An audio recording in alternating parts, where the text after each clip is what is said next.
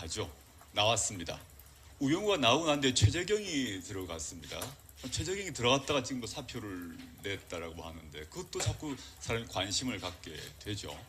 검찰총장이나 법무부 장관보다 민정수석에 대한 관심이 높아지고 있고 그들의 거취가 매우 중요한 것 같은 판단을 이제 시민들이 알게 됐습니다. 법학 전문가도 아닌 사람들이. 그럼 이게 어떤 배경에서 그런가 문제가 있고, 근데 한편으로는 이제 청와대가 아닌 바깥에 있는 검찰이 과거에는 계속 민정수석인의 눈치를 막 보다가 우병우에 대한 수사도 하지 아니하고 뭐 박근혜 대통령에 대해서는 뭐 전혀 언감생심이다가 지금은 갑자기 막 전면적 공격으로 들어갑니다. 이것도 왜 이러지? 이런 생각을 할 수 있습니다. 이런 단순한 질문으로부터 말씀 이제 드리겠습니다. 우리 이제 대한민국 검찰의 역사란 거는 1954년에 형사소송법이 만들어지는데 아주 옛날 얘기입니다만 54년 때 우리나라 입법자가 당시에 경찰은 일본 순사들 출신이었기 때문에 이 일본 순사들이 한국 경찰을 맡게 되니까 이 일본 순사 출신의 경찰들을 통제하겠다는 판단에 기초해서 법률가 집단을 인 검사를 동원해서 경찰을 지휘하도록 구조화했습니다. 그게 수사 지휘권이라는 것입니다. 그래서 이제 그때부터 지금까지 물론 2007년에 형소법 개정이 있었지만 지금까지 검찰이 한 2,000명 됩니다. 우리나라에. 그다음에 검찰 내부에 독자적 수사 인력이 있습니다. 검찰 수사관이라고 통상 부르는 지금 한 5,600명 정도 있는 걸로 알고 있습니다. 검사는 검사 더하기 검사 내에 있는 독자적 수사 인력 외에 전체 경찰, 특히 경찰 중에서 이제 수사경찰이라고 할 수 있는데 그걸 지휘할 수 있는 권한을 갖고 있습니다. 아주 막강한 수사와 관련해서는 가장 강력한 힘을 가지고 있는 거죠. 그러다가 이제 그건 지금까지 유지되고 있는 거고 또 중대한 변화 하나가 뭐냐면 1972년 유신헌법이죠. 유신헌법 때 그전에 없었던 조항 하나가 헌법에 들어갑니다. 그게 뭐냐 하면 영장 청구권, 즉 압수수색, 뭐 그다음에 체포, 구속 뭐 이런 이제 그 강제 처분이죠. 강제 수사와 관련된 영장 청구권을 오직 검사만이 갖는다는 조항을 72년 유신헌법에 넣었는데 그걸 넣은 사람이 누구냐? 최근에 많이 이름이 오르고 있는 김기춘 검사입니다. 요소요소에 이제 이런 게 있는데 이게 다 등장인물이 이제 그 다 제가 오늘 할 얘기하고 관련이 있습니다. 어떻게 이제 이런 역사가 어떤 말을 해주냐 하면 1970년대까지만 하더라도 한국의 검찰 선발 인원은 1년에 사법시험 정원이 심지어 뭐 5명 뽑는 경우도 있었습니다. 노무현 대통령이 뽑힐 때 한 40명, 50명 정도 뽑은 걸로 알고 있습니다. 그때마다 이제 편차가 있었는데, 즉 이 말씀은 70년대까지 60, 70년대 검사가 된다는 얘기는 그 자체로 귀족이 되는 것입니다. 이게 지금의 검사하고 다른 것입니다. 김기춘 검사 당시 청년 김기춘 검사가 뽑힌 순간 전국에서 한 5명밖에 안 되는 거죠. 그리고 그는 엄청난 정권의 총애를 받습니다. 법률가가 몇 명 안 되고 똑똑한 사람이라는 거 외에 그냥 검사가 되는 순간. 그래서 실제 여러분들이 뭐 저 연배가 비슷한 분은 아시겠습니다만은 70년대 80년대 때 그 법대 출신 중에서 그 선보는 대상에서 검사가 우위였어요. 다른 사람보다. 그냥 검사가 법률적 권한 외에 정치적 사회적 권력이 더 많다고 보았기 때문에 혼인 시장에서 더 가산점을 받았던 거죠. 지금은 이제 많이 빠졌습니다. 실제 그랬습니다. 그래서 이런 식으로 극도의 극소수를 당시 권위주의 정권은 극소수의 검사를 뽑아서 그에게 막강한 힘을 주고 그 소수의 검사가 아까 말씀드렸습니다만 경찰을 지배하는 구조가 형성되었고 최근에 우병우가 과거 검사 시절을 회고하는 그 자기들 내부 토론문이 발표되었습니다만 초임 검사 때 지방경찰청장이 자기의 가방을 들어줬다 이런 얘기를 한 바 있습니다. 이런 것이 구조화되고 그리고 이제 군사 독재가 들어서면 이른바 지금은 사라진 말이지만 육법당이 형성됩니다. 육사와 서울법대라는 즉 그건 사실 이제 검사를 얘기합니다. 법대 출신 검사를 얘기하는데 육법당이 형성됩니다. 그래서 그것들이 지배 권력을 만들고 육법당과 관련해서 뭐 언론도 살짝 났습니다만 우병우는 뭐 사적으로는 저보다 한 2년 정도 후배인데 우병우의 에피소드가 있죠. 사법시험을 합격하자마자 당시에 그 전두환 정권 하입니다. 그때 항상 전두환 장군의 1년 육사 후배인 김진영 장군이라고 있었는데 그 민주화 운동이 거셀 때마다 이 김 장군이 친위 쿠데타를 한다는 소문이 계속 돌았는데 이 사람이 우가 사법시험을 합격하자마자 친구들한테 제안했던 것이 뭐냐, 빨리 이 장군 12기 김 장군 우리가 만나러 가자.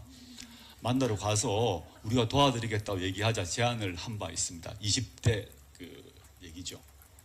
그러니까 김기춘이 왜 우병우를 아낄까? 이거는 다른 논리를 떠나서 저는 자신의 젊은 시절 모습을 그대로 보았다고 저는 생각합니다. 너무 잘 맞았을 거라고 생각이 듭니다. 너무 미시적인 얘기입니다만은 이게 검찰의 그냥 권력적 구조 외에 왜 지금 김기춘과 우병우라는 사람이 자꾸 부각되는가의 문제는 그런 미시적 개인사적인 관계가 있다고 봅니다. 그런데 어제가 이제 일주기가 됐던 YS가 이제 집권을 합니다. YS가 집권을 해서 쳐버린 게 하나이지 않습니까? 하나이를 쳐서 당시에 군사정권의 핵심적 비밀 조직 실세인 하나이를 다 정리해버립니다. 그리고 전두환 노태우를 감옥에 넣습니다. 그 상태에서 이 대한민국을 지배하는 권력 구조의 한 축이 완전히 무너지는데, 물론 이제 재벌도 있고 언론도 있고 합니다만 그 재벌은 돈을, 언론은 붓을 갖고 있지만 칼은 들고 있지 않은 집단이죠. 근데 총을 들고 있었던 군대란 집단이 힘을 잃어버립니다. 지금도 군부 쿠데타 저는 일어나지 못할 거라고 봅니다. 만 일어난다 그러면 저부터 총을 들 것 같아요. 사실은 이건 뭐 말도 안 되는 얘기라고 생각합니다. 군부 쿠데타를 과거에 12.12, 5.18을 얘기하는 것인데 5.17, 5.18 그거는 한국 시민이 용납하지 못할 거라고 생각합니다. 그렇다면 즉 총을 든 국가 군인이 권력에 사라집니다. 문민 통제가 YS로 인해서 가능한 거죠. 그러면 칼이 필요하게 되는데 총대지 칼을 어떤 역할을 하냐, 검찰이 하게 됩니다. 검찰은 군대가 없어진 상태에서 가장 군대와 가까운 조직 문화와 규율을 가진 집단이고 군대보다 훨씬 더 엘리트 집단으로 이루어진 조직입니다. 그래서 어린 시절 머리가 공부를 잘하고 똑똑하고 자부심이 강하고 인정 욕망이 강하고 권력욕이 강한 사람들로 선발되고 그것들로 해서 철두철미한 상명하복 체제로 구조화돼서 훈련됩니다. 그리고 인사권을 통해서 이건 통제되는데, 아까 말씀드렸던 우병우가 왜 민정수석이 왜 중요한가의 문제는, 검찰 승진 문제는 검찰총장과 법무부 장관이 하고 있습니다만 실제 핵심적으로는 청와대 민정에서 하기 때문입니다. 청와대 민정에서 법무부 검찰과 등등 물론 다 모든 정리 자료를 종합해서 봅니다만 최종 낙점, 특히 이제 평검사까지는 하지 않습니다만은 검찰 인사의 핵심은 검사장입니다. 차관급. 검사장 인사가 모든 것의 핵심이고, 검사장이 실제 굳이 얘기하면 군대로 얘기하면 사단장이죠. 전투를 직접 이끄는 사단장, 연대 한 여단장 정도의 사람들이라고 보시면 됩니다.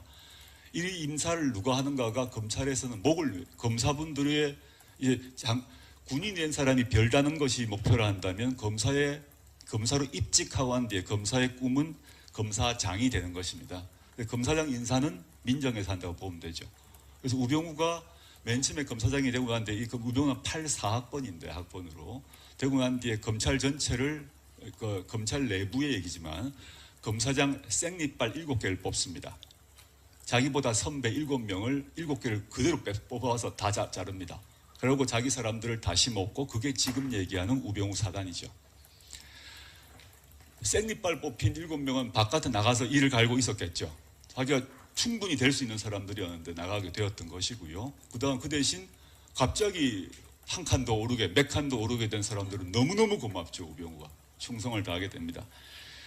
이런 구조 하에서 인사권을 쥐고 상명하복 관계이기 때문에 인사권을 쥐고 그 인사권을 쥐게 되면 수사권 전체를 쥐고 검찰 수사권을 쥐게 되고 검찰 수사권을 쥐게 되면 경찰을 통제할 수 있기 때문에 당연히 청와대에서는 민정수석 그리고 이제 물론 법무부 장관과 검찰총장이라는 이 세 가지 포스트, 세 개의 포스트를 절대 놓지 않고 그것을 군대 대신에 사용해왔다라고 봅니다. 인사권을 쥐고 흔드니까 검찰에서는 정권의 눈치를 봐야 되는데 문민화되고 자유화가 되면서 검찰의 독자적 권력이 점점 강해집니다.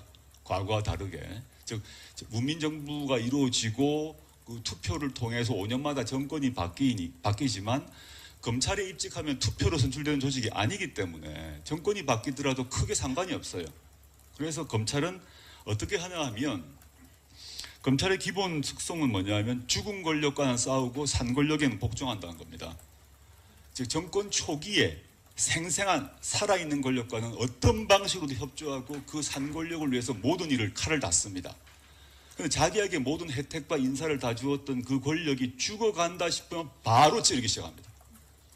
그건 이번만에 새로운 게 아니다. 과거 정부에도 그랬다는 것입니다. 지금 이걸 전체 역사적으로 보면 항상 그래왔던 것, 특히 87년 민주화 이후에 이래왔던 것이고 지금보다 드라마틱한 방식으로 이루어지고 있다는 것이지 그 기본적 그 패턴, 그러니까 하이에나적 방식의 칼을 쓴다는 것은 차이가 없다라고 보고 있습니다. 그 지금 칼을 들이대고 있는 당시 뭐 이제 김수남 그 총장 같은 경우도 7, 8학번인데 이분이 그 뭐 총장 되려고 청와대에서 열심히 사인을 보내 총장이 된 겁니다. 총장 되고 그다음에 우병우하고도 관계가 나쁘지 않았어요. 그런데 이거 날려야겠다. 안 그러면 검찰 전체가 큰일 났다 하니까 바로 초강공을 나가는 거죠. 근데 초강공을 나가게 된 이유는 또 다른 이유가 하나 더 있는데요. 그건 개혁 방향과 관련이 있습니다만은 근래 들어서 이 박근혜 정권 하에서 검찰의 부패 비리가 터져 나옵니다. 아까 저는 집중된 수사 권한, 권력이 집중되어 있기는 반드시 부패하기 마련인데 진경준, 우병우 라인 사람인데 뭐 알다시피 감옥 갔죠. 그 외에도 많은 검사들이 이 권력 남용을 시작해가지고 과거 87, 80년대는 경찰이 사람을 조업해가지고 문제였습니다. 근데 그런 문제는 상당히 해결됩니다. 시민들이 맞고 안 살아요. 경찰 가서 한 대 맞고 참겠어요? 그런 문제는 상당 부분 해결됩니다. 물론 이제 아직 남아있지만 크게 해결되는데 검찰의 권한 문제와 전혀 통되지 민주화 이후에도 87년 정치적 민주화 이후에도 검찰 권력은 하나도 바뀌지 않았기 때문에 통제도 정권조차도 하지 못하기 때문에 부패가 일어났고 최근에 각종 사람들이 온갖 사건으로 터지면서 감옥 갔던 거죠. 그 상태에서 노무현 정부 시기부터 계속 뭐 학계, 저를 포함해서 학계나 시민단체, 변호인, 변호사협회 등등에서 변호사단체에서 요구했던 것들이 바로 이른바 고비처입니다. 고비처를 주장했다가 노무현 정부 말기까지 갔다가 다 무산되었는데 이게 다시 뜨기 시작합니다. 그냥 검찰 부패가 부패와 비리가 뜨면 고비처가 바로 뜨게 돼 있고 그 국회에서 논의가 되기 시작하거든요. 근데 검찰에서는 고비처가 자기에게는 거의 저승사자라고 보면 됩니다. 어떻게든 막아야 되는데 고비처를 막으려면 자신이 칼질을 잘한다는 걸 보여줘야 됩니다. 즉 고비처를 막기 위한 방법이다라고 보고 있습니다. 고비처라는 게 뭐냐? 고비처도 하나 뭐 수사기관이 똑같지 않느냐라고 볼 수가 있는데 고비처는 전혀 다른 구조로 설계되었던 것입니다. 고비처는 첫째, 관할에 있어서 어떤 관할을 갖고 있나 하면 쉽게 얘기하면 지금 공직자가 되게 되면 재산 등록을 하게 됩니다. 재산 등록을 할 의무가 있는 사람들에 대한 수사를 맡는 검찰입니다. 그러니까 지금으로 얘기하면 뭐 특수본, 과거로 얘기하면 중수부 정도를 따로 띄는 건데 그럼 따로 떼어봤자 뭐냐 할 수 있지만 결정적 차이가 인사죠. 누가 인사를 하느냐. 검찰총장, 법무부 장관, 민정수석이 하는 게 아니라 여야, 즉 국회가 고비처장 또는 공수처장 이름은 다 섞여 있습니다. 여야 합의로 그 국회에서 임명합니다. 그럼 이 사람은 대통령 눈치를 볼 이유가 하나도 없습니다. 저는 만약에 고비처가 지난 노무현 정부 때 만들어졌다 한다면 박근혜 정권조차도 이런 일이 발생하지 않았을 것입니다. 박근혜 정권 초기에 최순실 날아갔을 거예요. 지금 현재 갖고 있는 검찰이 하고 있는 각종 수사 정보 갑자기 어제 생긴 거냐? 아닙니다. 벌써 캐비넷 안에 벌써 몇 년 전부터 가지고 있어요. 가지고 있다. 이걸 언제 쓸 것인가를 결정할 뿐입니다. 고비처가 만들어지게 되면 여야 합의로 만들어지기 때문에 그 정권의 눈치를 볼 필요 없이 그냥 그 공직자들을 치기 시작합니다. 그러면 이런 쌓이고 쌓였다 골마 터진 일 자체가 발생하지 않겠죠. 두 번째, 즉 검찰 자체를 쪼개서 제가 고비처라는 건 뭐냐면 검찰을 쪼개서 한 축, 즉 고위공직자에 대한 수사의 통제를 국회가, 즉 의회가 할 수 있다 이런 구상인 것이죠. 두 번째는 이제 민중적, 국민적 통제인데 우리가 많이 한국 사람들이 좋아하는 미국 같은 경우는 우리식으로 얘기하면 검사장, 미국에서는 디스트릭트 어터니라고 하는데 DA인데요. 미국에서는 DA를 직선합니다. 우리로 얘기하면 서울고검장, 서울지검장을 서울시장 선거할 때 뽑습니다. 그러니까 선거표에 투표용지에 서울시장과 이 지검장이 있는 거죠. 이 사람은 당연히 대통령을 신경 쓸 필요가 없습니다. 다음 선거 때 서울 시민한테 자기가 뽑혀야 되기 때문에 칼날을 거기에 쓰는, 국민 신경 쓰고 칼을 쓰죠. 세 번째, 많이 얘기된 수사권 조정 문제로 경찰과의 관계를 재조정하는 것이라 보시면 되겠습니다. 시간이 다 된 것 같은데, 제가 말씀드린 것은 이제 검찰개혁 문제는 지금 검찰은 아주 박수를 받는 듯이 보이지만 이 검찰을 그대로 두면 다음 정권 때 똑같은 일을 반복할 뿐이라고 저는 보고요. 저는 그 여러 가지 약간 고비처, 검사장 직선제, 수사권 조정 이런 문제가 있는데 가장 핵심은 저는 고비처에 있다. 그래서 고비처의 요체는 의회 통제다. 근데 이게 문고리 3인방도 직접 주는 게 아니더만요. 이영선 경호관, 우리 턱돌이. 근데 그 사람한테 전달을 해서 그것이 박근혜한테 들어가는 그런 구조. 그러니까 사실상 문고리 3인방 위에 턱돌이가 있었군요. 그래서 지금 이영선도 지금 검찰 출석 안 하겠다고 해서 강제 구인하겠다 이러고 있거든요. 오늘 그 이후에 검찰 출석해서 조사받고 있다고. 문고리 3인방이 이제 그 돈 받아서 어디서 받았어? 얼마 받았어? 누구한테 줬어? 이렇게 하는데 이영선한테 주면 이영선이 박근혜에게 전달하는 방식. 이런 거였던 모양이에요. 이영순이 박근혜한테 줬을까요? 최순실한테 줬을까요? 그러니까. 그러면 최고 정말 측근 중에 측근은 이영선 경호관이. 그리고 이제 몸종 하나가 윤전추였고. 아. 가장 그 밀접한 지근거리에서 네. 있는. 그러니까 이영선이가 얘가 돈 관리뿐이 아니고 얘는 그 박근혜가 외국에 나갔을 때도 그 침실에 들락날락 하던 애거든요. 이영선이가. 몸과 와. 마음을. 왜 이래? 몸과 마음을. 우리는 이제는 그런 얘기 할 필요 없다. 집에는 아니죠. 근데 관리했다 이 정도 선에서. 뭐 들락날락 했지 그 이상은 얘기 안 해요. 몸과 네. 마음을 지배하신 분은 최태민이죠. 최태민이죠. 네. 꼭 한 명일 필요 있나요? 아, 장족의 발전. 문고리 3인방은 사실은 남자 몸종. 제가 말씀드렸잖아. 아니, 누구나 다 그렇게 얘기하잖아요. 권력에 있어서의 권력 서열은 가장 최고의 권력자와 얼마나 물리적으로 가까운가. 예. 물리적으로. 청와대의 구조상의 서열은 뭐 최순실이 건 빼고. 네. 박근혜를 시작으로 하면 그 밑에 이영선과 윤전추, 그 다음에 문고리 3인방, 그리고 십상시, 그리고 밑에 어공들. 김기춘, 우병우 이런, 네. 그러니까 서열이 이상하게 물구나무로 이상하게, 확 써버린 그런 케이스라고 보면 되겠죠. 농단의 전형적인 네. 그림이죠. 그래서 이제 내곡동 집을 압수수색을 검토한다는데 이것은 저는 의미가 있을 것 같아서 말씀드리는 거예요. 뭐냐면 그렇게 해서 한번 이렇게 들썩해놓으면 그 집 근방을 지키거나 감시를 하면 누군가가 부랴부랴 뭔가를 가져가는 거를 한번 보는 일종의 연막작전. 아니 바보가 아닌 이상 그쪽에 뭐가 있을 것으로가 예상이 되는데 거기에 대해서 언론에 대놓고 압수수색을 검토한다고 보도를 내요? 뭐가 움직이게끔 만들어주기 위한 일종의 감시라고 보는 거지. 그렇지. 네. 그리고선 감시하는 거예요. 윤석열 검찰이 바보일까요? 그러면 이거는 저수지를 찾기 위한 고도의 지능 게임. 박근혜 내곡동 집에서 뭔가가 나와서 어디로 가는지를 추적하는 거네요. 그렇죠. 그렇게 종착지가 돼야 어딘지. 되겠죠. 그리고 저는 청와대 관저의 벽을 일부 뜯어볼 필요가 있다고 생각합니다. 저는 변기 화장실. 거기에 나도 그럴 것 같아요. 뭔가를 막 잘 숨겨놨는데 일상생활에 너무 잘 숨겨서 나중에 못 찾는 경우가 맞아요. 많아요. 그 엑스레이로 한번 스캐닝을 한번 쭉 이렇게 해야 되는 건가요? 그게 아마 벽 같은데 벽지 뒤에라든지 이런 데 보면 아마 CD가 무기명 채권이잖아요. 이런 CD가 뭐 한 조 단위로 발견될 수도 있어요. 요즘도 그 무기명 채권이 발행이 돼요? 그러면 그건 정상적으로 법적인 테두리에서 움직이는 거니까 그런 게 조 단위로 나오지 않을까. 저는 그런 생각도 좀 해봅니다. 그러니까 박근혜의 예금은 변동이 없죠. 월급만 쌓이는 그런 수준이었거든요. 예. 먹고 자고 입고 하는 거 그 모든 거 외에 그것도 미스테리예요. 그 정도 돈으로는 할 수 있었다고 보거든요. 뭐 한복 뭐 수십 벌 해입고 뭐 이런 거. 그러니까 청와대 특수활동비로 했다고 보는데 굳이 국정원 돈을 받아다가 말하자면 뭐 의상비, 비선 진료 비용 이런 거를 썼다는 것도 저는 이게 솔직히 이해가 안 가고. 왜냐하면 국가 원수의 품위 유지에 관련해서는 적당한 정도의 비용이 전 나온다고 보고 예를 들면 비선이 아니라도 그거를 정상적인 의료행위로 해서 특수활동비가 아니라도 품위 유지비 그 비슷한 개념으로 쓸 수 있다고 보는 거예요. 예, 뭐 미백하거나 이렇게 하는. 뭐 그런 건 국정원 특수활동비 예산이 있잖아요.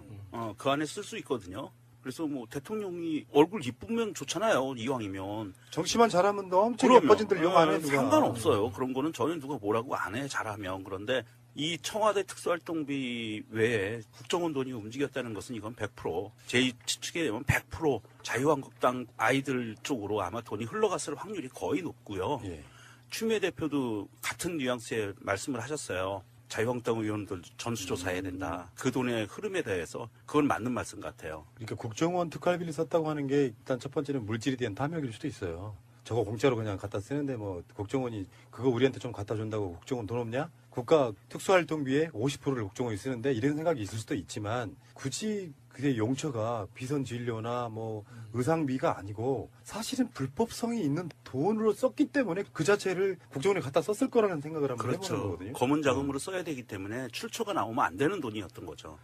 그리고 이제 뭐 안종범 전 수석의 재판에서 나온 이야기인데 이야기를 들어보면 이런 거예요. 최순실의 비선 실세의 존재를 인정할까 말까 하고 이제 박근혜하고 해당 수석들 몇 명이 이렇게 회의를 했다는 겁니다. 그때 안종범도 있었고 민정수석하고 홍보수석 또 안종범 이렇게 대책회의 같은 걸 했는데 최순실이란 존재를 공개할까 말까 이걸 이제 회의를 했다고 해요. 근데 거기서 공개하지 말자. 박근혜의 어떤 생각이었고 거기에 법적으로 문제 없냐라고 이제 그 뉘앙스에 우병우가 뭐 별 큰 문제 없을 거다는 식의 반응을 보여서 결국에는 최순실이란 존재는 없다. 비선 실세로서의 최순실에 대한 관계를 부정했다고 하는 그 당시 청와대의 모습을 엿볼 수 있는 단초가 하나 나온 거예요. 네, 태블릿 네. 보도되기 전에. 예. 그러니까 우병우가 했던 역할이 뭔지가 약간 좀 답이 나와요. 예. 그러니까 법률 자문 역할 일단. 예. 그러면서 자기는 자기 자리 보존 또는 최순실의 역할 같은 것들을 비유하기 위해서 국정원의 직보를 받고요. 국정원이 직보를 받아서 그거를 저는 최순실이나 박근혜에게 다 보고 전달했을 거라고 생각하진 않아요. 사실은 우병우가 국정원장이었어요. 어떤 면에서 보면. 예. 그 국정원장 패싱 자기가 직접 보고받고 그리고 필요한 정보는 최순실이나 박근혜에게 전달하고 우병우 나름대로 대체 얘는 그 상황에서 어떤 걸 노렸을까 이런 생각이 갑자기 문득 들더라고요. 돈에 대한 욕심은 그렇게 많을 것 같지는 않은데 뭔가 얘는 약간 사이코패스 경향이 좀 있어 보이는. 그래서 이번에도 수도 없이 우병우 레이저가 막 회자됐었잖아요. 예. 이번에 좀 많이 바뀌었다 그러는데 뭔가 막 질문을 하니까 그냥 아무 말 없이 들어가다가 돌아서서 이렇게 말했대요. 똑같은 질문 하시느라고 고생이 많으십니다. 뚫어진 입이라고 진짜 그걸 말이라고 하는 거예요. 근데요, 그거는 걔가 기자들을 무시해서 한 발언이 아닌 것 같다는 거예요. 우병우 성격상 무시하고 들어갈 거면 그런 얘기는 안 하죠. 그게 아니고 진정 고분고분해진 거죠. 근데 그 말을 까먹은 거야. 그러니까 자기가 미리 준비했던 말을 못 한 거예요. 그래서 기자들한테 그렇게 말했다는 거예요. 표정이 레이저 눈빛으로 한 게 아니라 굽신거리면서 바뀌었다는 거죠. 이게 이 증언이 나오게 된 거를 좀 면밀히 보면은 우리가 좀 눈치를 더 빨리 챌 수 있었던 부분들이 있는데 처음에는 이 수석 비서관에 의해서 처음에 나온 결론은 최순실 존재에 대해서 공개하자였는데 이게 맨 마지막에 박근혜가 틀었다는 거잖아요. 박근혜가 공개하지 말자. 여기에 도움을 준 인간이 중간에 있었던 우병우였고 그런데 이 사건의 흐름에 보면 문득 그게 떠올라요. 최순실이 전화통화에서 했었던 말이 있죠. 이거 공개되면 다 죽어 라고 했던 말. 아마도 이 의견이 들어가서 우병우를 통해서 조율이 된 게 아닌가. 저는 그런 의심이 생겨요. 그러니까 우병우가 법률 자문 역할은 했다고 하지만 얘 사시 출신이고 검사 출신이잖아요. 그런 애가 이게 불법이고 문제가 될 거라는 걸 몰랐을까요? 알았어요. 몰랐다면 말이 안 돼요. 이거는 고스톱 쳐서 검사된 거예요. 알고 있었을 거라고 보고요. 알고 있는데도 불구하고 최순실을 보호하기 위해서 이것을 끝까지 막은 거 아니냐. 저는 그렇게 생각이 들거든요. 그러면은 우병우는 최순실의 법률 집사였다는데. 그렇죠. 근데 우병우는 아직까지도 최순실 존재를 몰랐다고 이야기해요. 근데 장모는 친하고. 그러니까 희한하게 최순실과 장모는 친하고. 우병우는 지금 이제 검찰로 들어간 이유가 비선 보고를 제가 국정원으로부터 직접 받았다는 그 혐의거든요. 그래서 막 이석수 감찰관 얘기 나왔을 때 추명호하고 통화를 하루에 10번씩 수백 통화의 통화를 했다는 거예요. 우병우는 저는 조만간 구속될 거라고 봅니다. 그러니까 민정수석으로서 어떤 특정 사안에 대해서 국정원 간부로부터 이야기는 들을 수 있겠지만 정기적 보고에 해당하고 대부분 다 사찰 이런 내용에 해당하기 때문에 요거는 직권남용이 될까요? 아니면 뭐가 될까요? 법률적으로는. 저의 법률 집사이신 유명정님. 우병우요? 네. 아, 이건 너무 많아서. 근데 대표적으로 이제 뭐 직권남용도 들어갈 것 같고요. 그 다음에 직권남용 더하기 이 우병우도 아마도 이 국정농단 박근혜와 비슷하게 수많은 범죄로 들어갈 거예요. 근데 지금 당장 제일 먼저 나올 부분들은 직권남용일 것 같고요. 그 다음에 얘는 뭐 뇌물이 안 걸렸겠어요? 국정원 뇌물에? 걸렸을 거예요, 얘도. 그거 걸렸을 거고요. 그 다음에 인사 문제에 관여됐을 부분들 많이 있고요. 굉장히 많을 겁니다, 우병우도. 근데 이제 지금 아직은 여기까지 가지 않은 것 같은데 수사가 뭐 조만간 가겠죠? 순서대로 가겠죠.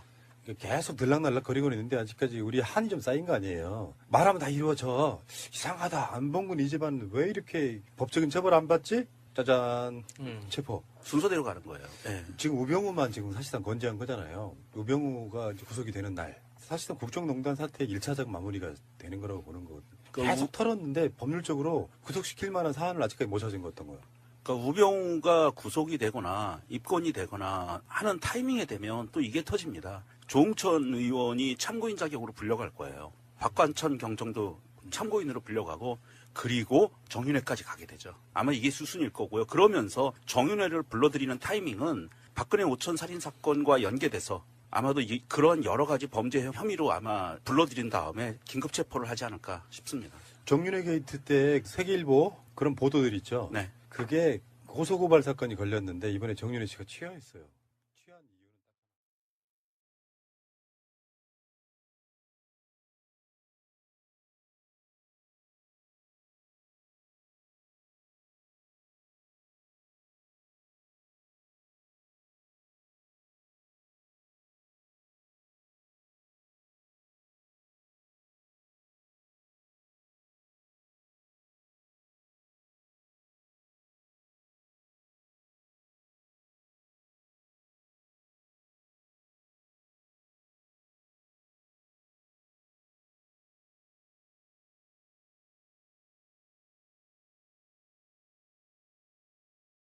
이유는 을 위해서 모든 일을 칼을 닫습니다.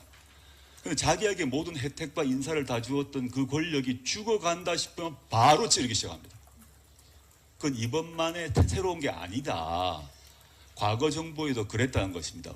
지금 이걸 전체 역사적으로 보면 항상 그래왔던 것, 특히 87년 민주화 이후에 이래왔던 것이고 지금은 보다 드라마틱한 방식으로 이루어지고 있다는 것이지 그 기본적 그 패턴, 그러니까 하이에나적 방식의 칼을 쓴다는 것은 차이가 없다라고 보고 있습니다.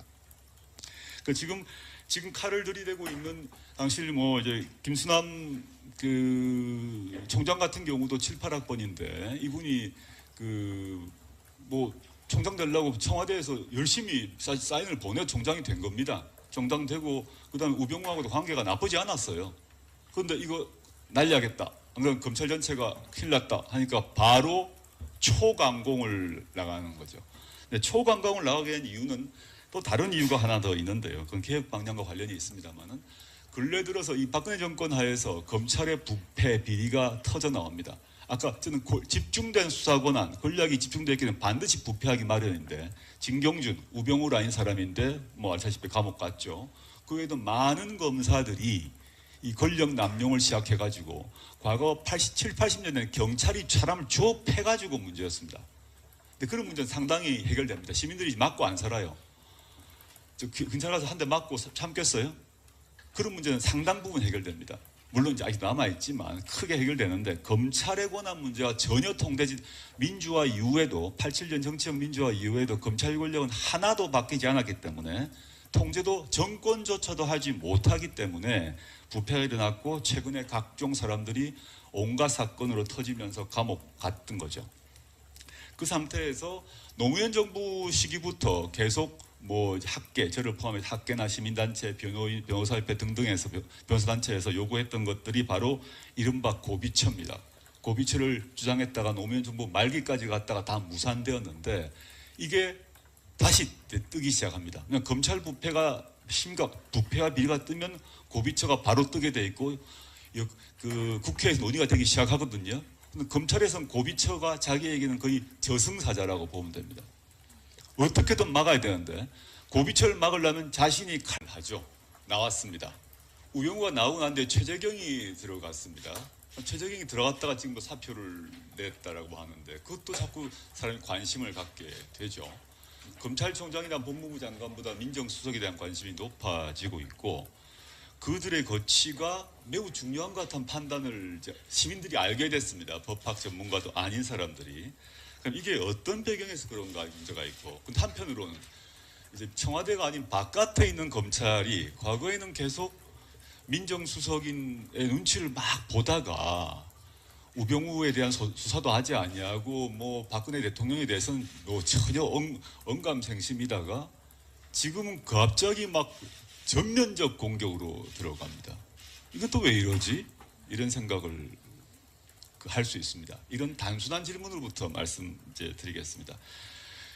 우리 이제 대한민국 검찰의 역사란 거는 1954년에 형사소송법이 만들어지는데 아주 옛날 얘기입니다만 54년 때 우리나라 입법자가 당시에 경찰은 일본 순사들 출신이었기 때문에 이 일본 순사들이 한국 경찰을 맡게 되니까 이 일본 순사 출신의 경찰들을 통제하겠다는 판단에 기초해서 법률가 집단을 인 검사를 동원해서 경찰을 지휘하도록 구조화했습니다. 그게 수사 지휘권이라는 것입니다.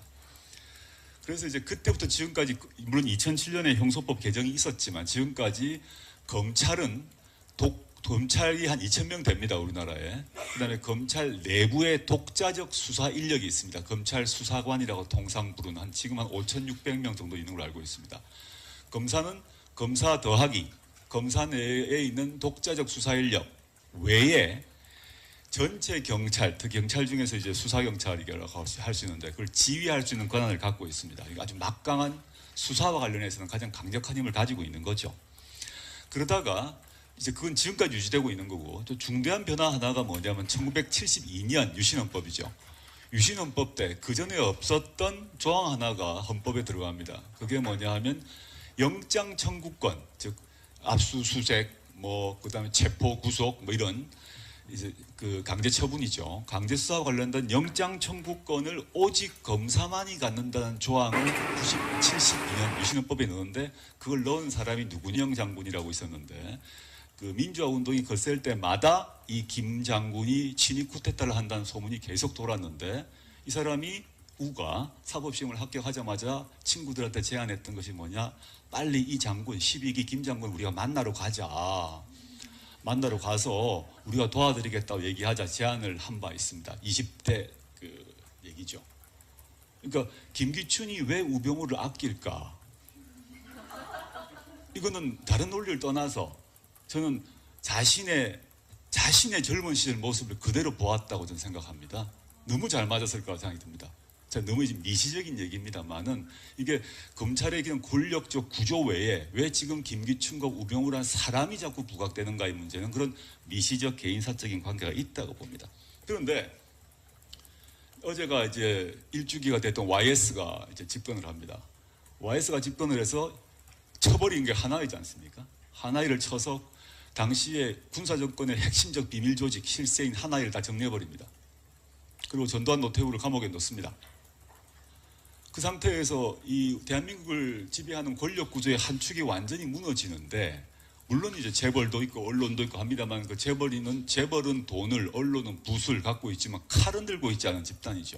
근데 총을 들고 있었던 군대란 집단이 힘을 잃어버립니다. 지금도 군부 쿠데타 저는 일어나지 못할 거라고 봅니다. 일어난다 그러면 저부터 총을 들 것 같아요. 사실은. 이건 말도 안 되는 얘기라고 생각합니다. 군부 쿠데타를 즉 과거에 12.12, 5.18을 얘기하는 것인데 5.17, 5.18 그거는 한국 시민이 용납하지 못할 거라고 생각합니다.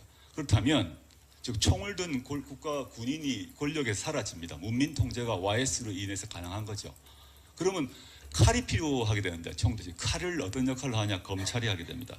검찰은 군대가 없어진 상태에서 가장 군대와 가까운 조직 문화와 규율을 가진 집단이고 군대보다 훨씬 더 엘리트 집단으로 이루어진 조직입니다.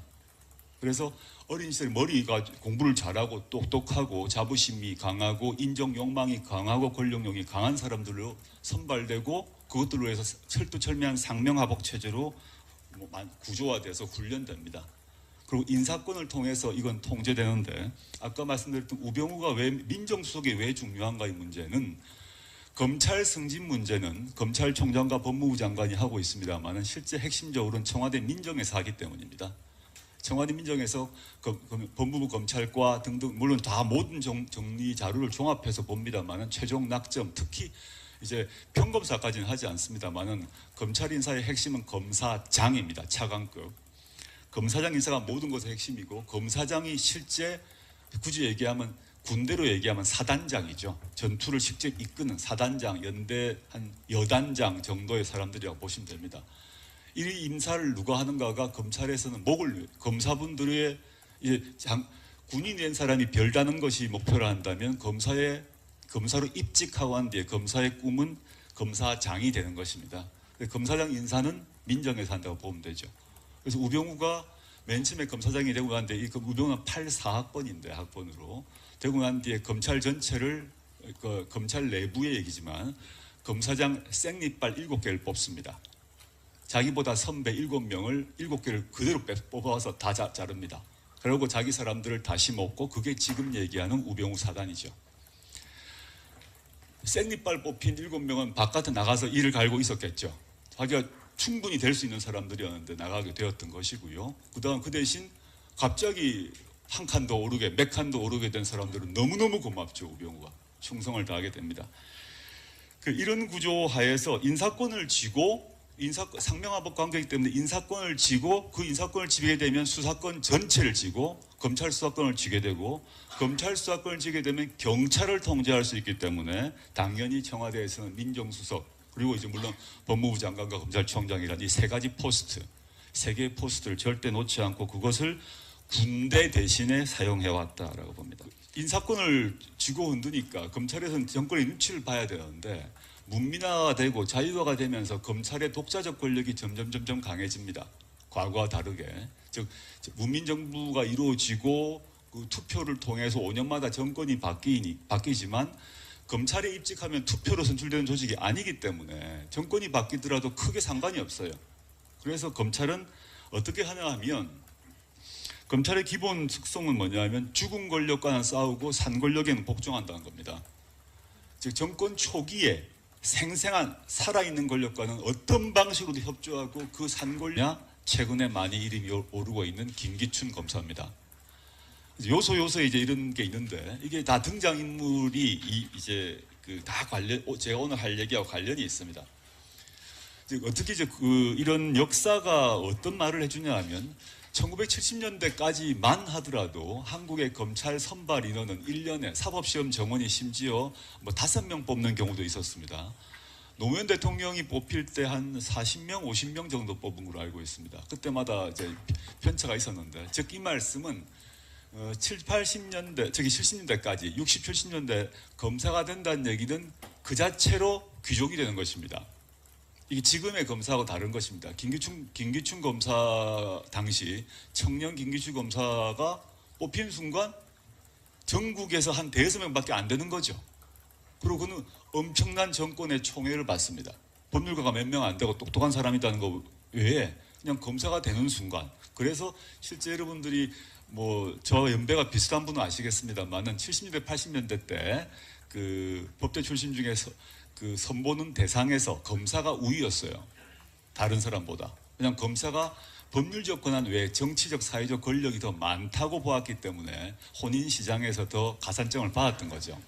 지금은 이제 많이 빠졌습니다. 실제 그랬습니다. 그래서 근데 이런 식으로 극도의 극소수를 당시 권위주의 정권은 극소수의 검사를 뽑아서 그에게 막강한 힘을 주고 그 소수의 검사가 아까 말씀드렸습니다만 경찰을 지배하는 구조가 형성되었고 최근에 우병우가 과거 검사 시절을 회고하는 그 자기들 내부 토론문이 발표되었습니다만 초임 검사 때 지방경찰청장이 자기의 가방을 들어줬다 이런 얘기를 한 바 있습니다.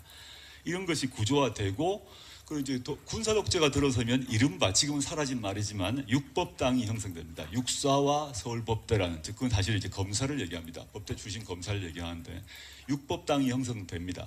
그래서 그것들이 지배 권력을 만들고 이 육법당과 관련해서 언론도 살짝 났습니다만 우병우는 사적으로는 저보다 한 2년 정도 후배인데 우병우의 에피소드가 있죠. 사법시험을 합격하자마자 당시에 그 전두환 정권 하입니다. 그때 항상 전두환 장군의 1년 육사 후배인 김진